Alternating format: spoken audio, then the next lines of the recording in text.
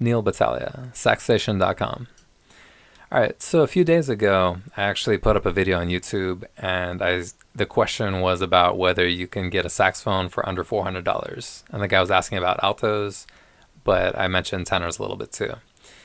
And then someone actually responded in a comment on YouTube, this guy Justin, and he said that you can literally find a tenor sax for like $220 on Amazon.com. And he's right, you can. But at the same time, I wouldn't buy that saxophone. And if I did buy it, I think I wouldn't feel great about selling it to someone, even at that price. And the thing is, there's a lot of variability in the quality of certain saxophones. And sometimes you get one that plays pretty well, and maybe it will stay together and nothing will break for a while. Other times something might fall off, or a key will get bent, and maybe the metal is soft. Soft metal that's easily bent can be a big problem on the saxophone, because even a very small change can change your sound and kind of mess you up when you're playing the instrument. So saxophones that aren't very well made really don't hold their value. They can fall apart. If you're very careful with it, it'll probably last longer. But at the same time, if anything happens to it, and if the metal is soft so things can happen to it more easily, you might have a saxophone that's basically broken and hard to play. If you take it to a repair person, it will cost quite a bit to get fixed. It might be kind of a mess for them to even try and fix. It might be difficult to fix just because of how it's made. You can kind of see these horror stories of sax repair techs getting saxophones that are not good saxophones, and it's hard to fix them. It's not really even worth it. Sometimes you can go to a repair person and you'll spend 100, 200, maybe even more, depending on how bad you need to repair your saxophone. A full overhaul can be more like $1,000 or maybe even more, depending on what exactly you have to do. But basically, repairing a saxophone can be expensive. And if you have to pay $100 to fix a saxophone that costs $200, that doesn't really make sense. Like, you might as well have spent the money to get a better saxophone and not need to get it fixed as much. And also, if you have a better saxophone, you can probably sell it later. People are more likely to buy a brand that they've heard of. They're less likely to buy something that no one knows what it is. I mean, it's kind of like a car. You could maybe get a car for like $300, but it's not necessarily going to be reliable. Maybe it is, maybe it isn't. It depends on who you're buying it from, how much you trust them, what brand it is, and all that. But sometimes, I mean, and also at the same time, some saxophones are kind of priced pretty high, and part of that is just marketing.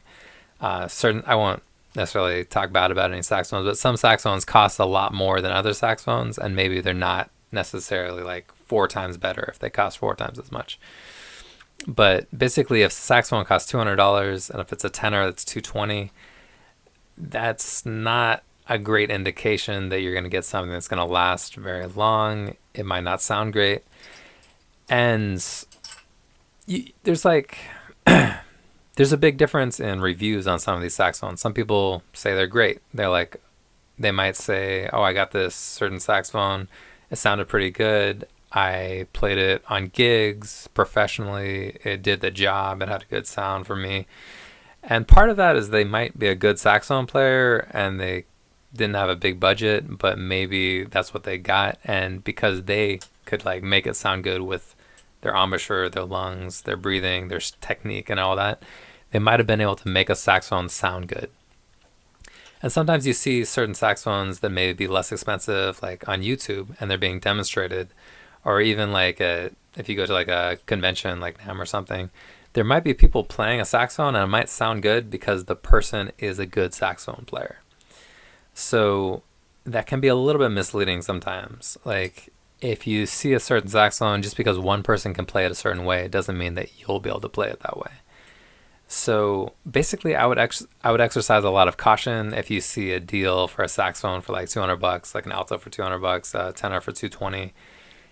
It might be all right. It might not be. You might get something that kind of covers the purposes that you want to use it for. And if you're really careful with it, If you're very careful not to bend anything, especially if it's easy to bend, then maybe it'll work out for you. But again, maybe it won't, and maybe you need to get it repaired. And if you do, that can be expensive. Like certain things are just like built better than other things, and they might be easier to repair as well. So if something is like soft metal, sometimes that's just really difficult to fix, and it could be expensive and basically not worth it. So if you buy something and it breaks, you kind of wasted your money. If you buy something and you're really careful with it and it works out for you, cool. If you're new to the saxophone, it's really easy to bend something. And if the metal is softer, so it's easier to bend, it's more likely that's going to happen. So, yeah, like you can go on Amazon. There are saxophones for these prices that were mentioned in this comment. But I wouldn't buy one, and I probably wouldn't recommend that you do either. And you can check out reviews. You're almost undoubtedly going to see mixed reviews. Some people will like it, some people won't. It depends on which brand and model too. Maybe a certain one people like and other people don't. Maybe most of the people don't like another kind. It really depends. So I would basically do some research, and most of the time I would recommend that you maybe save a little bit more and spend a little bit more than the minimum price you can find, just because maybe something that's better made will probably last longer, sound better, not need to be fixed as much. It'll just be a better value for you.